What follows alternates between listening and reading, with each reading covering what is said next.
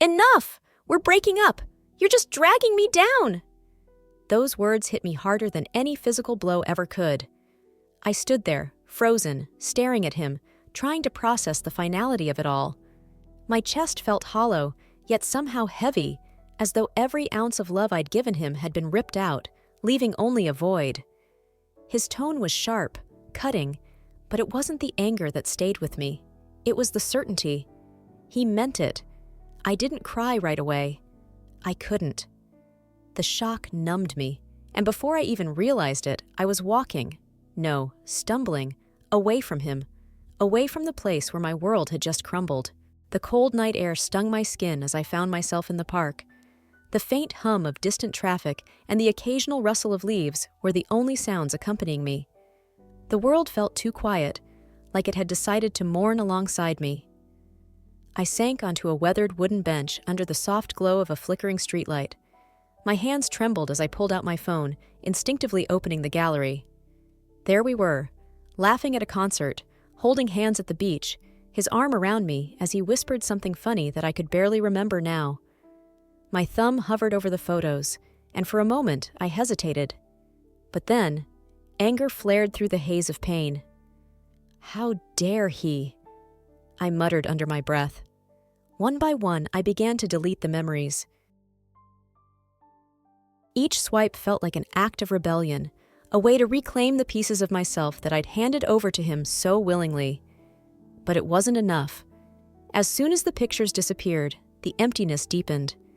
My mind wouldn't let me forget the way he smiled at me, the warmth of his embrace, or the way he once promised that we'd face everything together. Tears began to stream down my face, hot and uncontrollable. Was I really just holding him back? I whispered to no one. The words tasted bitter, like venom on my tongue. I gripped the phone tighter, scrolling past the photos we took when he first started talking about his dreams, how his eyes lit up when he spoke about fame, success, and the adoration of millions. I'd supported him, encouraged him. I was there for the sleepless nights when he doubted himself, when he said he wasn't good enough. I gave everything I had to lift him higher, even when I felt like I was breaking under the weight of my own insecurities. And now, I wasn't enough.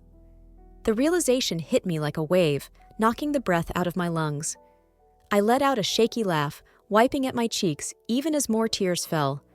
I must have looked ridiculous, sitting alone in the dark with my makeup smudged, hair messy, clutching my phone like it was the only thing tethering me to reality. The pain was suffocating, wrapping around me like chains I couldn't break free from. But beneath it all, a quiet anger stirred, simmering in the depths of my chest. He said I was dragging him down, I murmured, the words trembling as they left my lips. But who was the one standing beside him when no one else believed in him? Who held him up when he was too weak to stand on his own? I stared at the phone screen, now empty of his pictures, and let out a sharp breath. Maybe he didn't see my worth, but I'd given him everything, and maybe that was the problem. For the first time that night, I felt the cold seep into my bones, but I didn't move. I couldn't. Instead, I sat there, watching the shadows dance under the streetlights, my mind racing with fragments of memories, arguments, and unspoken words. There was no going back now. He'd made his choice, and as much as it hurt, I knew I couldn't force him to stay. But the question lingered, gnawing at the edges of my mind. What was I supposed to do now? The park felt both vast and claustrophobic, like the universe was mocking me with its indifference. And yet, somewhere in that crushing silence, a small, fragile voice whispered from within, "You'll figure it out. You have to." When I think about how it all began, it feels like a scene from one of those overly sentimental indie films, the kind with soft lighting, slow music, and a sense of inevitability in every glance. I was 20, fresh-faced and hopeful, starting my second year at the art faculty. My focus was directing. I'd always wanted to tell stories, to create something meaningful that could move people. He was in the acting program, 1 year ahead of me, already carrying himself with that magnetic energy that seemed to draw everyone into his orbit. The first time I noticed him, it was during a collaborative workshop between our departments. I remember sitting in the second row, nervously tapping my pen against my notebook while the professor explained how we'd work in pairs, directors and actors, to create short scenes over the next few weeks. And then he walked in, late, of course. His curly hair was slightly messy, his backpack slung over one shoulder. He had this effortless charm, the kind that felt both intimidating and oddly inviting. When he scanned the room and his eyes landed on me, something inside me froze. I quickly looked away, pretending to be engrossed in the professor's instructions. "Hi," he said a few moments later, dropping into the empty seat beside me. His voice was smooth, with just a hint of mischief. "Looks like we're partners." I glanced at him, unsure how to respond. "Oh, okay. You're the director, right?" he interrupted, grinning. "I'm Max." That was the beginning. At first, working with him felt like a whirlwind. He had this natural charisma that made every line of dialogue come alive, every scene we crafted together feel electric. But it wasn't just his talent that caught my attention. It was the way he listened, the way he leaned in just a little closer than necessary when I explained my vision for a scene, the way he'd flash me a quick smile whenever I stumbled over my words. Our partnership quickly bled into something more. Late nights in the rehearsal room turned into coffee dates, and coffee dates turned into long walks across campus. We'd talk about everything, our dreams, our fears, the kind of lives we wanted to create. I remember one night, sitting on the steps of the old theater building, he looked at me with an intensity that made my heart race. "You're going to be amazing one day," he said, his voice soft but certain. "People are going to see your name on the big screen and wonder how someone so brilliant even exists." I laughed, embarrassed, but his words stayed with me. No one had ever believed in me like that before. Our first real date wasn't anything elaborate. We went to a small gallery downtown, one that was showing an exhibition of experimental films. I remember how he kept sneaking glances at me instead of the screen, his expression a mix of amusement and something deeper. When I finally caught him, he just shrugged and said, "You're way more interesting than this film." Afterward, we walked through the city streets, his hand brushing against mine until he finally worked up the courage to take it. My cheeks hurt from smiling so much, and when he kissed me at the crosswalk under the dim glow of the streetlight, it felt like something out of a storybook. Falling in love with Max was effortless. It was in the small things, the way he always carried an extra scarf because he knew I'd forget mine, the way he left me handwritten notes in my script drafts, encouraging me when I doubted myself. He had a way of making me feel seen, like I wasn't just another face in the crowd. We became inseparable. Our classmates teased us about being the power couple of the faculty, but I didn't care. For the first time in my life, I felt like I belonged somewhere, like I'd found someone who understood me in ways no one else could. Max was ambitious, even back then. He'd talk for hours about his plans to make it big, to become a name everyone would recognize. I admired that about him, his drive, his confidence. But it wasn't just his dreams that mattered to me. It was the way he shared them with me, as if they were ours to build together. I can still picture those early days so vividly. The lazy Sunday mornings spent lying on my dorm room floor, laughing about nothing. The evenings we'd sneak into the theater after hours, just to rehearse under the stage lights, imagining what it would be like to perform in front of a real audience. The way he'd look at me, like I was the only thing in the world that mattered. We were young, and everything felt so simple back then. Love was a warm, steady presence, wrapping around us like a safety net. I never questioned it, never doubted that we were meant to be. But looking back now, I can see the cracks that were already forming, even if I didn't want to admit it at the time. His dreams were always larger than life, and though he included me in them, there was a part of him that seemed to hunger for something more, something I couldn't quite reach. Still, in those early days, none of that mattered. I was in love, hopelessly and completely. And for a while, it was enough. It started with excitement, a shared sense of triumph that felt like our victory, not just his. When Max got the call, it felt like the universe was finally recognizing his talent. I remember the way he burst into the room, his smile so wide it could light up the entire block. "I got it," he shouted, spinning me around before I even had time to react. "The director loved my audition. They want me in the film. This is it. This is my big break." I laughed with him, caught up in the whirlwind of his joy. We opened a cheap bottle of wine, toasting to his future, our future. In that moment, I believed we were celebrating something that would only bring us closer. But I didn't realize that phone call would mark the beginning of a slow, painful unraveling. At first, I barely noticed the changes. He was busier, sure, but that made sense. Landing a major role in a high-profile film came with responsibilities. There were script readings, costume fittings, and endless meetings with the director and cast. I told myself it was normal, that I should be proud of him for dedicating himself so completely to his craft. "Just a few more weeks," he said one night as I sat waiting for him to finish responding to yet another email. "Once filming starts, I'll have a more regular schedule, I promise." But weeks turned into months, and things only got worse. Max became consumed by the film, by the world it represented. He'd talk endlessly about the director, the other actors, the technical crew, everyone except me. I used to be the one he shared his dreams with, the one who knew every detail of his plans, but now it felt like I was on the outside looking in. Our evenings together became rare, and when they did happen, they were punctuated by the constant buzz of his phone. Calls from his agent, texts from the production team, reminders about early rehearsals. "Just a second," he'd say, holding up a finger as he stepped out of the room to take yet another call. At first, I tried to be patient.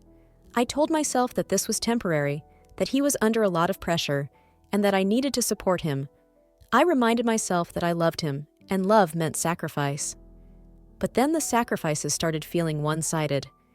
I'd spend hours cooking dinner, only for him to text me at the last minute, saying he wouldn't make it home. "Sorry, babe," the messages would read. "The director wants to run through a few more scenes. Don't wait up." He started forgetting things. Birthdays, anniversaries, the little rituals that used to make our relationship special. When I brought it up, he'd wave it off with an apologetic smile. "You know how crazy this schedule is," he'd say. "I didn't mean to forget. I'll make it up to you." But the promises were empty. The worst part was how he seemed to stop seeing me. I'd try to talk to him about my own projects, the scripts I was working on, the struggles I was facing, but his attention always drifted. He'd nod absently, his eyes flicking to his phone, and mumble something non-committal like, "That's great, babe." I started feeling invisible, like a ghost haunting the edges of his life. One night, after yet another canceled dinner, I finally confronted him. "Do you even care about us anymore?" I asked, my voice trembling. He looked at me, genuinely confused. "What are you talking about? Of course I care." "Do you?" I pressed. "Because it doesn't feel like it. You're always busy, always distracted. It's like I don't even exist to you anymore." His expression hardened. "That's not fair. You know how important this is to me." "And I've supported you every step of the way," I said, tears welling up in my eyes. "But I'm starting to feel like I'm the only one putting in any effort. When was the last time we actually spent time together? When was the last time you asked how I'm doing?" He sighed, running a hand through his hair. "I'm doing this for us," he said, his tone growing defensive. "This is my dream, and if I don't give it everything, it'll all fall apart. Can't you see that?" I stared at him, my chest tightening. "I see it, Max, but I'm scared that in chasing your dream, you're going to lose everything else." He didn't respond, and the silence that followed felt heavier than any argument we'd ever had. After that night, something shifted. I stopped trying as hard. I stopped waiting up for him, stopped planning dinners he'd never show up for, stopped pretending that everything was okay. I told myself I was giving him space, but deep down, I knew I was protecting myself from the hurt. And yet, I couldn't stop hoping that he'd notice, that he'd realize what was slipping away. But he didn't. Instead, he became more distant, more consumed. He started spending nights at the studio, coming home only to grab a change of clothes before rushing off again. When we did see each other, it felt strained, like we were strangers playing at being a couple. I missed him. I missed us. I missed the way he used to look at me, like I was the most important thing in his world. Now, his eyes were always focused on the horizon, on the next big thing. The cracks in our relationship were growing wider, and no matter how hard I tried, I couldn't seem to reach him. I was losing him, and the worst part was, I wasn't sure he even noticed. I stared at the half-packed suitcase on my bed, the weight of my decision pressing down on my chest. This apartment, this city, it all felt so empty now. Every corner reminded me of Max, of what we used to be. The laughter we shared in the kitchen while making burnt pancakes, the quiet nights on the couch wrapped in a blanket, even the arguments that ended in whispered apologies and long embraces. But now, those memories were just ghosts, haunting the silence. There was nothing left for me here. It was past midnight when I finally finished packing. The apartment looked foreign without my things scattered around, stripped of the life we had built together. I left the keys on the counter, took one last look around, and stepped out into the cold night air. The train to my parents' town was at dawn, and I didn't even feel tired, just numb. The journey home was quiet, with nothing but the hum of the train and the occasional murmur of passengers around me. I stared out the window, watching the landscape change as we moved farther from the city. The towering buildings gave way to rolling fields, then forests. It felt surreal, like I was retreating into a past life.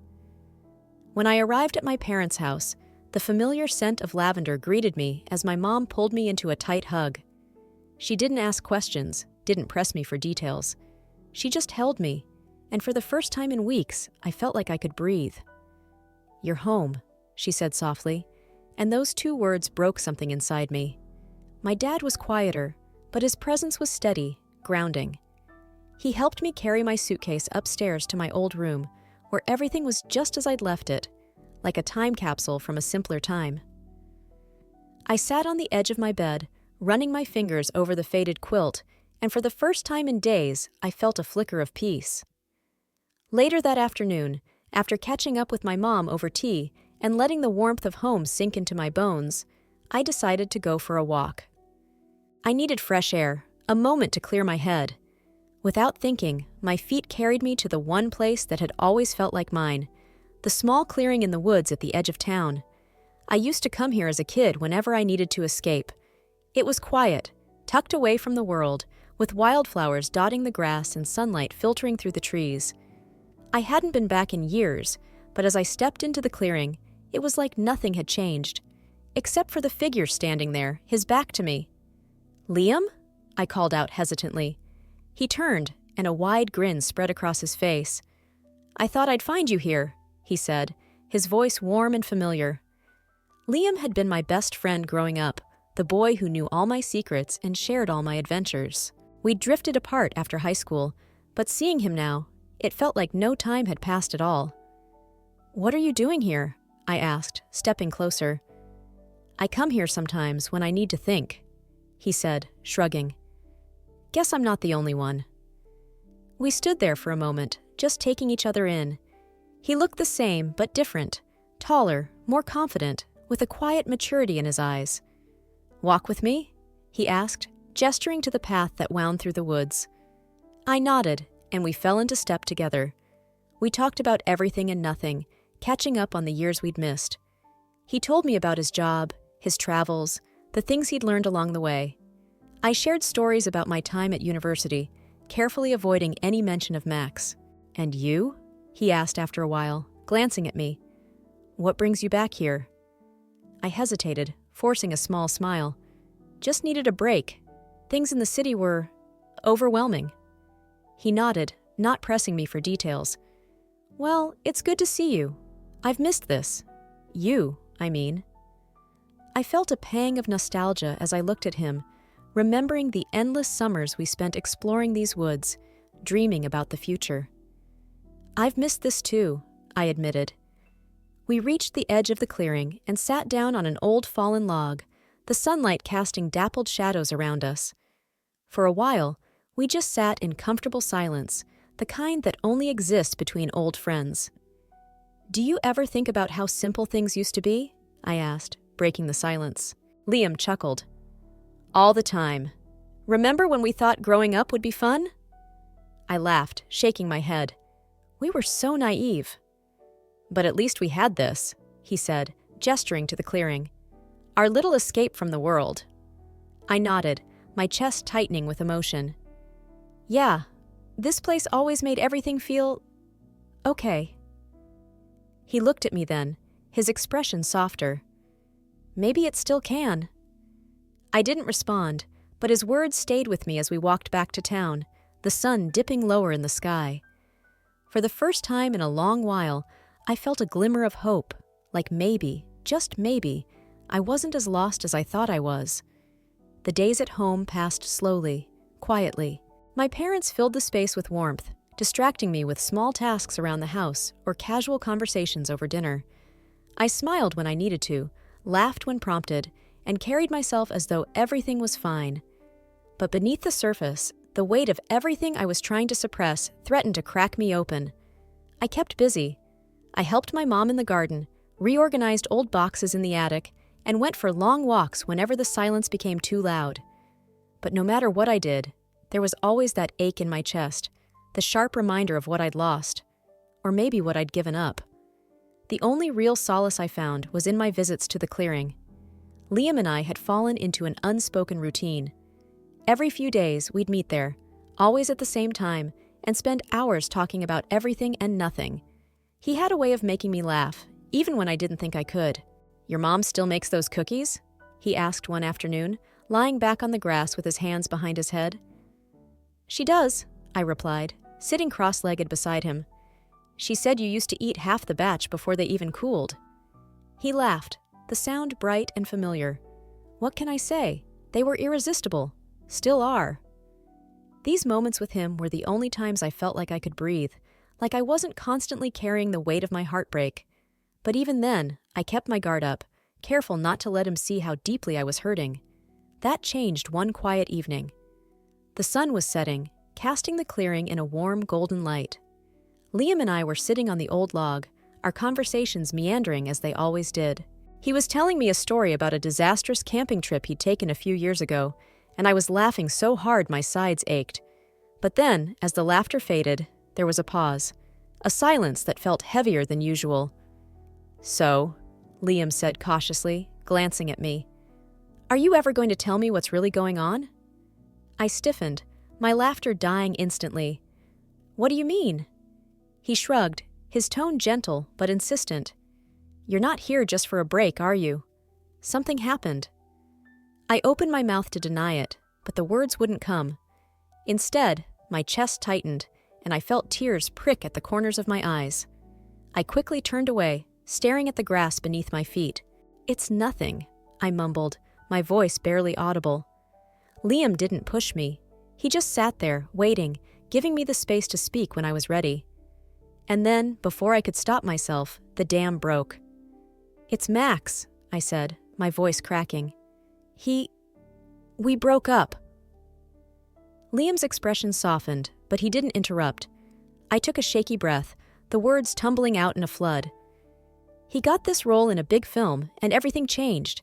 He became obsessed with it, with his career, with this idea of success.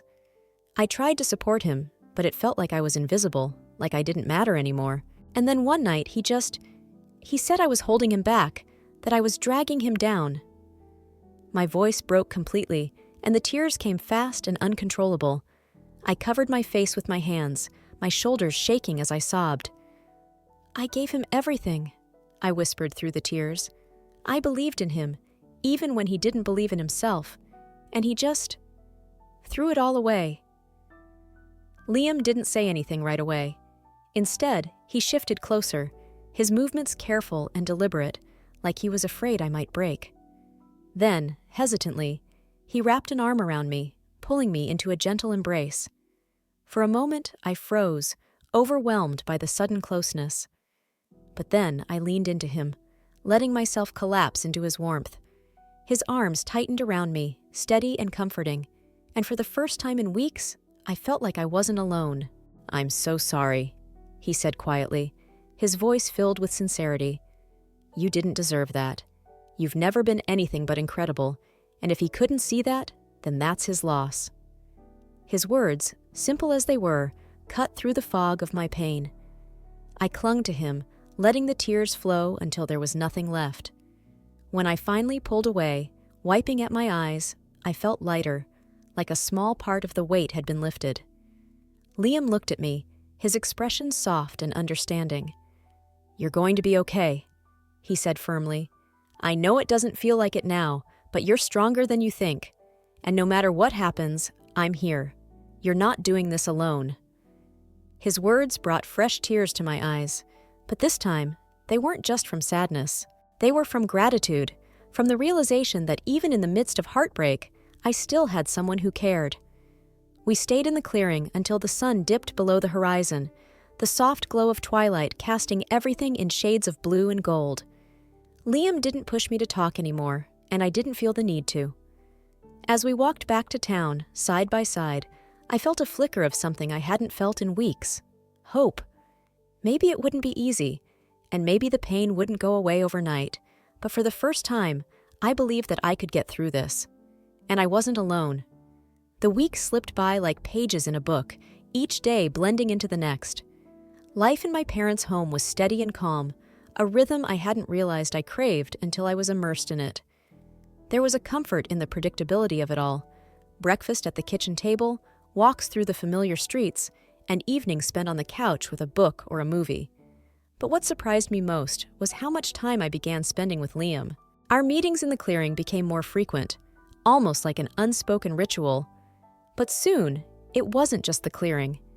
He started dropping by my parents' house, casually knocking on the door with some excuse about returning a borrowed book or sharing something funny he'd found online. My mom, of course, adored him. She always had. And my dad would chuckle from his seat in the living room, murmuring something about how, "Liam's never really gone far, has he?" I didn't mind. In fact, I looked forward to it. His presence had a way of making the heaviness in my chest feel just a little lighter, like he was quietly stitching the pieces of me back together without even realizing it. We fell into an easy routine. Sometimes we'd spend hours talking, revisiting old memories and laughing about the ridiculous things we used to do as kids. Other times, we'd sit in comfortable silence, each absorbed in our own thoughts, but still grounded in the fact that we weren't alone. One evening, we sat on my parents' back porch, watching the stars blink into view. Liam had brought over a box of old photographs he'd found in his attic, and we were flipping through them, sharing stories about the moments captured on film. "Look at this one," he said, holding up a picture of us from when we were about 10. We were standing knee-deep in a creek, both soaked and grinning like maniacs. I laughed, shaking my head. That was the day we tried to build a dam out of sticks and rocks. I think we spent more time falling into the water than actually building anything. "You mean you fell into the water?" he teased, nudging me with his elbow. "Excuse me, you were the one who tripped over your own feet and dragged me in with you." He laughed, a sound that felt as familiar as my own heartbeat. "Fair enough. But it was worth it. We had fun, didn't we?" I smiled, warmth blooming in my chest. "Yeah, we did." It was in moments like this that I began to notice it. The way he looked at me when he thought I wasn't paying attention. The subtle shift in his tone when he said my name. Liam had always been kind, always thoughtful, but now there was something more beneath the surface. At first, I told myself I was imagining it, that I was reading too much into the way his hand lingered just a little too long on mine when he passed me a photo, or the way his voice softened when he asked how I was feeling. But the more time we spent together, the clearer it became. Liam didn't just care about me as a friend. He tried to hide it, of course. He was careful not to cross any lines, always respectful, always patient. But I saw it in the way he stayed just a little longer than necessary, the way his eyes lit up when I laughed, the way he seemed to put my needs above his own without a second thought. And the most surprising part? I didn't mind. In fact, I began to look forward to those moments, to the quiet intensity of his gaze when he thought I wasn't looking. Being around him felt easy, safe. He made me laugh when I thought I couldn't, made me feel seen in a way I hadn't felt in a long time. But it wasn't just about comfort. Somewhere deep down, a warmth began to grow. A warmth I hadn't expected. It wasn't the fiery, all-consuming passion I'd once felt for Max, but something softer, steadier, something that felt like it could last. I didn't let myself dwell on it too much. It was too soon, too complicated. Liam had been my best friend for most of my life, and I wasn't sure if I was ready to risk that. Besides, he didn't need to know how I was feeling. Not yet. For now, it was enough to sit beside him on the porch, listening to the crickets chirp and the distant hum of the town. It was enough to know that he was there, that he cared, that I didn't have to face my heartbreak alone. I wasn't ready to tell him what was in my heart, but I also wasn't ready to let go of this newfound warmth. Maybe, I thought, as I watched the stars twinkle above us, some things are worth waiting for. The days had settled into a quiet rhythm, one that felt more peaceful than I'd known in a long time. My time was split between short shifts at the little shop down the road, evenings with my parents, and the moments I cherished most, those I spent with Liam. Life felt steady, almost simple, as if the chaos of the past few months had finally loosened its grip on me. That afternoon, the shop had been busier than usual. By the time my shift ended, I was tired but content, the familiar ache in my feet oddly comforting. I stepped out into the cool evening air, the sun just beginning to dip below the horizon, and started the short walk home. It wasn't long before I saw him. Liam was standing at the corner where our paths usually crossed, his hands stuffed into his jacket pockets, and his eyes darting nervously around as if he were bracing himself for something. "Hey," I called out, smiling as I approached him. His head snapped up, and I noticed the way his cheeks were tinged with red, the way he avoided my gaze. "Hey," he said, his voice a little higher than usual. "How was work?" "Busy," I replied with a shrug. "But good. What about you? Everything okay?"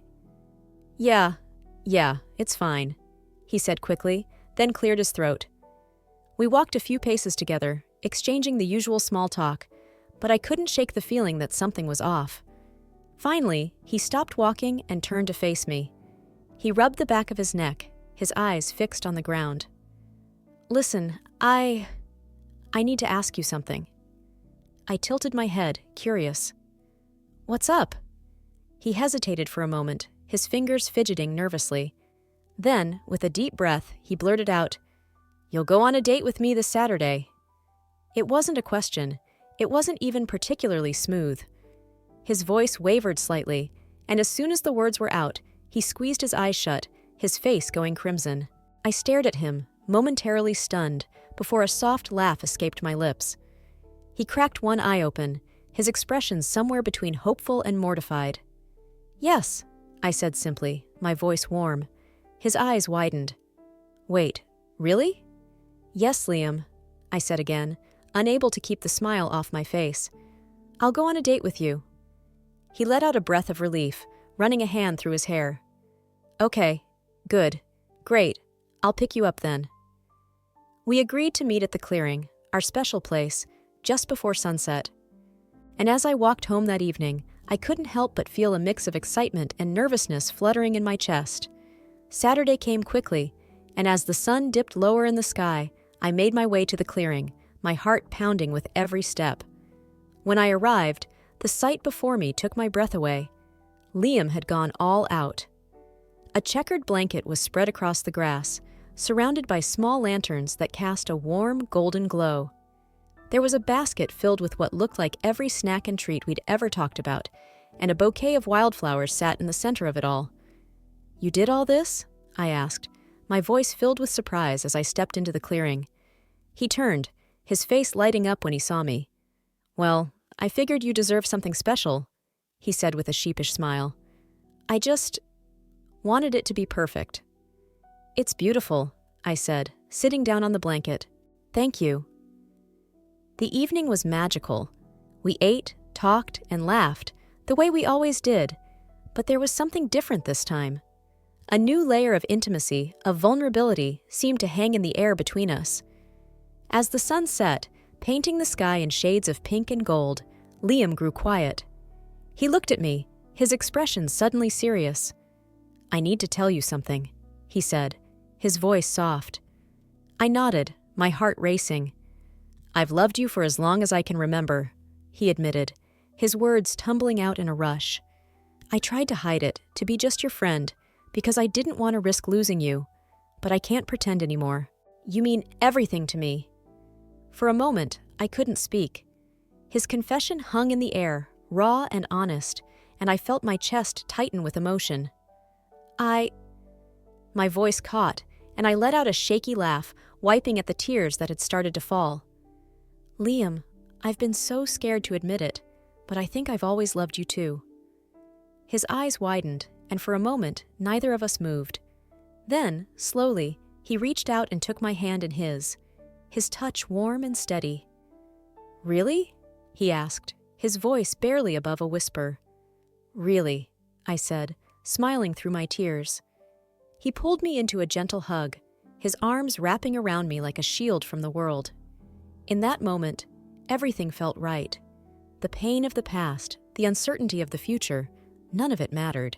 All that mattered was us, here, now. As the stars began to twinkle in the night sky, we stayed there on the blanket, talking and laughing and making promises we both intended to keep. For the first time in what felt like forever, my heart felt whole. And as Liam held my hand, his thumb gently tracing circles on my skin, I knew one thing for certain. I was exactly where I was meant to be. The days had settled into a quiet rhythm, one that felt more peaceful than I'd known in a long time. My time was split between short shifts at the little shop down the road, evenings with my parents, and the moments I cherished most, those I spent with Liam. Life felt steady, almost simple, as if the chaos of the past few months had finally loosened its grip on me. That afternoon, the shop had been busier than usual. By the time my shift ended, I was tired but content, the familiar ache in my feet oddly comforting. I stepped out into the cool evening air, the sun just beginning to dip below the horizon, and started the short walk home. It wasn't long before I saw him.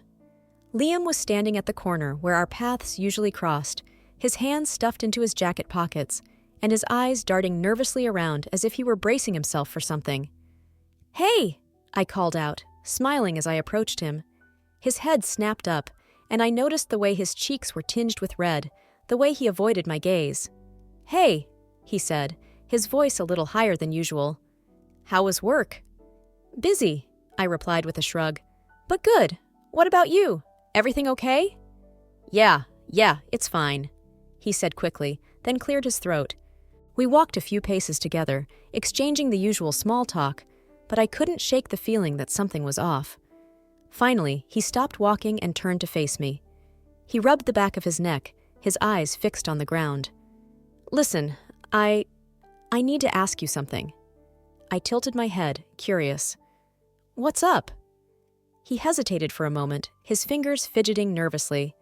Then, with a deep breath, he blurted out, "You'll go on a date with me this Saturday." It wasn't a question. It wasn't even particularly smooth. His voice wavered slightly, and as soon as the words were out, he squeezed his eyes shut, his face going crimson. I stared at him, momentarily stunned, before a soft laugh escaped my lips. He cracked one eye open, his expression somewhere between hopeful and mortified. "Yes," I said simply, my voice warm. His eyes widened. "Wait, really?" "Yes, Liam," I said again, unable to keep the smile off my face. "I'll go on a date with you." He let out a breath of relief, running a hand through his hair. "Okay, good, great. I'll pick you up then." We agreed to meet at the clearing, our special place, just before sunset. And as I walked home that evening, I couldn't help but feel a mix of excitement and nervousness fluttering in my chest. Saturday came quickly, and as the sun dipped lower in the sky, I made my way to the clearing, my heart pounding with every step. When I arrived, the sight before me took my breath away. Liam had gone all out. A checkered blanket was spread across the grass, surrounded by small lanterns that cast a warm golden glow.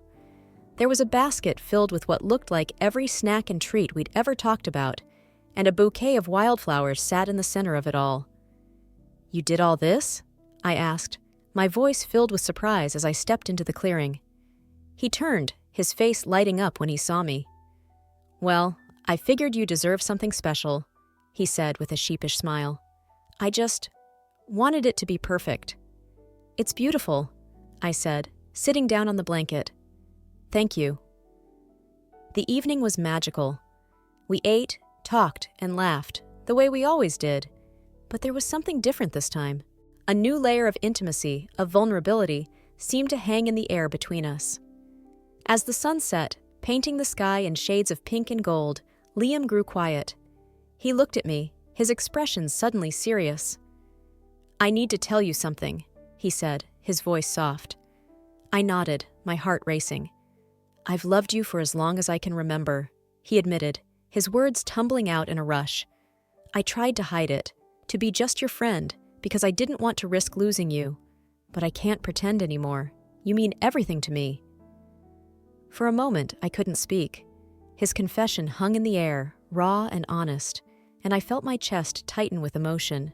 My voice caught, and I let out a shaky laugh, wiping at the tears that had started to fall. "Liam, I've been so scared to admit it, but I think I've always loved you too." His eyes widened, and for a moment, neither of us moved. Then, slowly, he reached out and took my hand in his touch warm and steady. "Really?" he asked, his voice barely above a whisper. "Really," I said, smiling through my tears. He pulled me into a gentle hug, his arms wrapping around me like a shield from the world. In that moment, everything felt right. The pain of the past, the uncertainty of the future, none of it mattered. All that mattered was us, here, now. As the stars began to twinkle in the night sky, we stayed there on the blanket, talking and laughing and making promises we both intended to keep. For the first time in what felt like forever, my heart felt whole. And as Liam held my hand, his thumb gently tracing circles on my skin, I knew one thing for certain. I was exactly where I was meant to be. The morning started like any other. The air was crisp and cool as I stepped out of the house, the faint glow of sunrise painting the sky in soft shades of pink and gold. I clutched my bag tightly, my mind already running through the tasks awaiting me at work. But the moment I opened the door, my heart sank. There he was, Max, standing on the porch, a bouquet of roses in one hand and a desperate look in his eyes. He was disheveled, his shirt wrinkled, his hair a mess, but what struck me most was the uncertainty in his expression, a vulnerability I hadn't seen before. "Hey," he said, his voice shaky. "I know this is unexpected." I froze in place, my chest tightening. "What are you doing here, Max?" He took a hesitant step forward, the flowers trembling slightly in his hand. "I needed to see you. I made a mistake." "A mistake?" I echoed, my tone sharp. I didn't even try to hide the bitterness in my voice. He nodded, his eyes pleading. "I messed up. I was so caught up in trying to be someone, to chase this dream, that I didn't see what I was throwing away. I didn't see you, and I'm so sorry." I stared at him, my emotions swirling into a storm of anger, disbelief, and something I couldn't quite name. He had the nerve to show up here now? After everything? "You don't get to do this," I said, my voice trembling with fury. "You don't get to show up on my doorstep and act like everything can just go back to how it was." "Please," he begged, his voice breaking. "I know I hurt you. I know I was selfish, but I can change. I'll prove it to you. Just give me another chance." I laughed, the sound bitter and sharp. "Change? You couldn't even make time for me when we were together. You made me feel invisible, like I was nothing more than an afterthought." His face crumpled, and he took another step closer. "I know, and I hate myself for it, but I've realized what's really important, and it's you. You're what matters." "Oh, let me guess," I snapped, crossing my arms. "This sudden epiphany wouldn't have anything to do with the fact that your big movie role fell through, would it?" His silence was all the confirmation I needed. I shook my head, my anger boiling over. "You're unbelievable. You don't want me. You just want someone to make you feel better about yourself.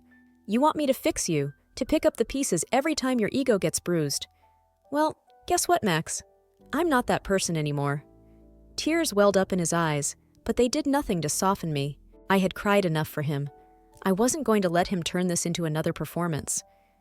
"You don't understand," he started, but I cut him off. "No, you don't understand," I said, my voice rising. "You broke me, Max.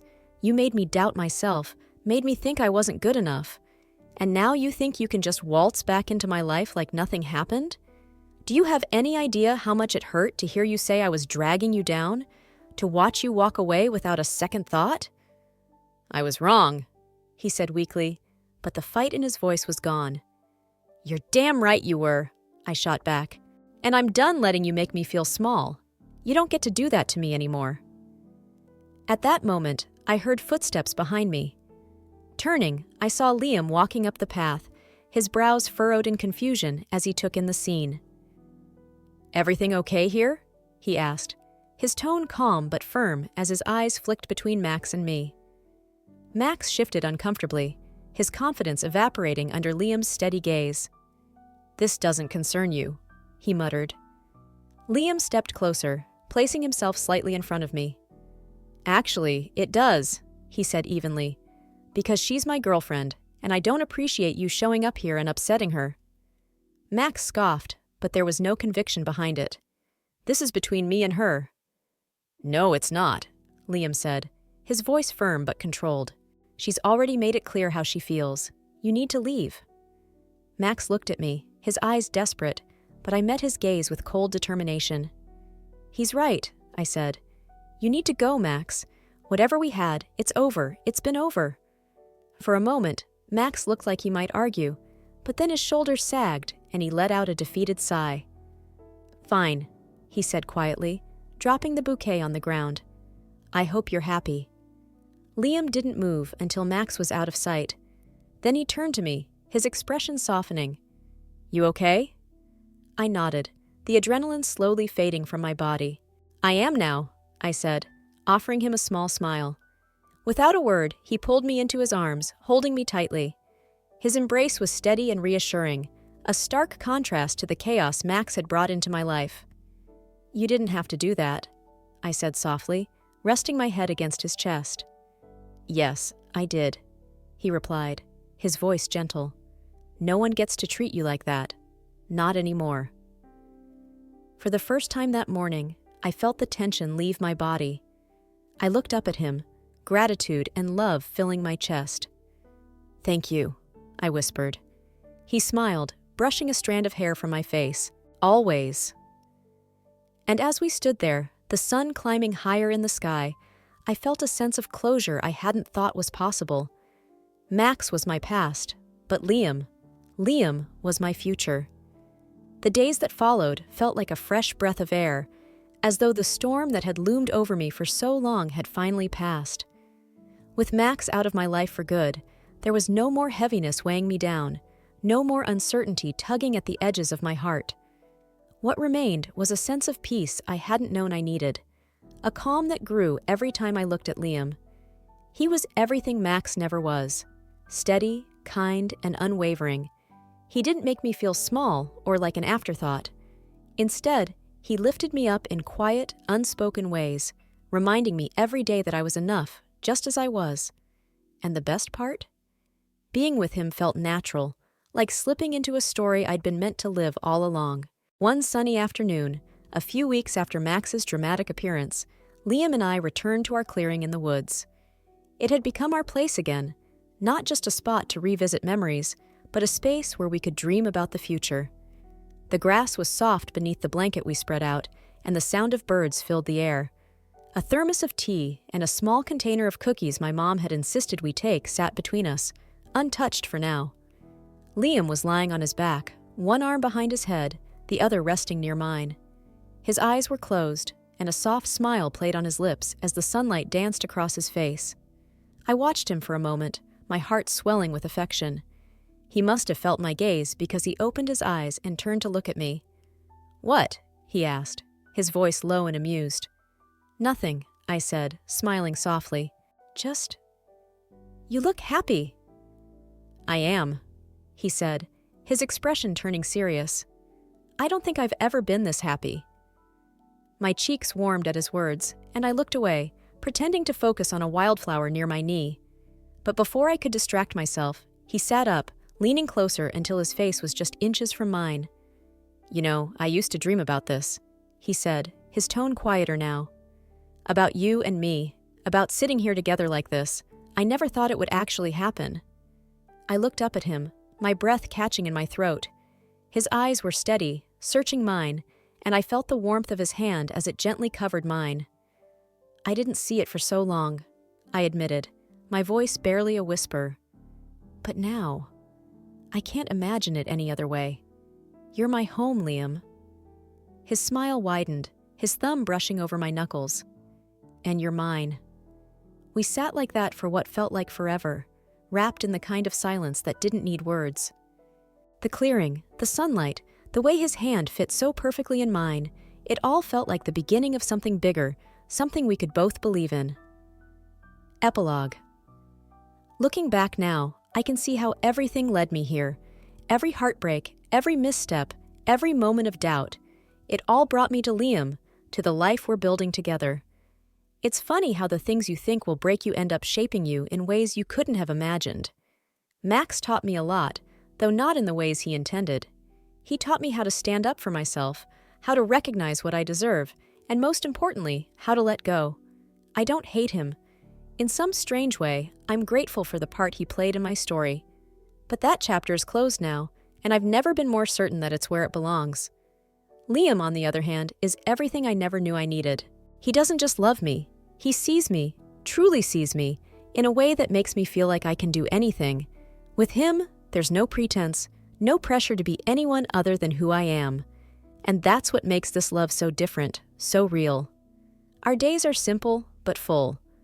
We spend lazy mornings drinking coffee on the porch, afternoons working on our respective projects, and evenings talking about everything under the stars. We've made plans, of course, dreams of traveling, of building a home together, of growing old in each other's company. But for now, we're happy just living in the moment, knowing that whatever comes next, we'll face it together. I've learned that life doesn't always go the way you expect. It twists and turns, taking you down paths you never thought you'd walk. But if you're lucky, if you're really, truly lucky, you'll find someone to walk those paths with you. And I am lucky. I'm more than lucky. I'm home.